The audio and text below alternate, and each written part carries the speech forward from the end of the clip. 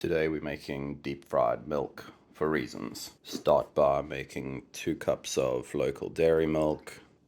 Make sure you spill everywhere. Pretend it never happened through the magic of cinema. We're making a chocolate one and a normal one, so cut the milk in each. 22 grams of sugar and 28 grams of corn flour. Whisk, whisk, whisk, whisk, whisk. For the chocolate one, I'm using light hot chocolate because you've got to be healthy when deep frying things. This is technically hot chocolate, which we're putting in cold milk, but then we'll heat it up, and then we'll cool it down in the fridge, and then we'll deep fry it, which will heat it up again.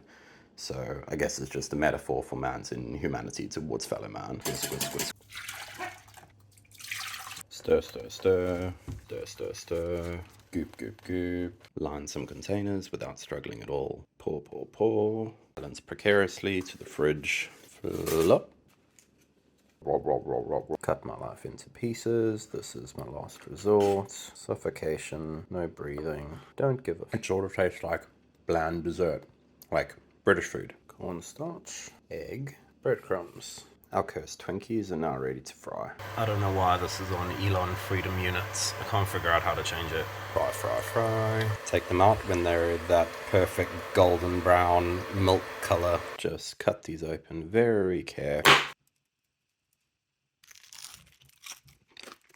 Let's try it in some maple syrup.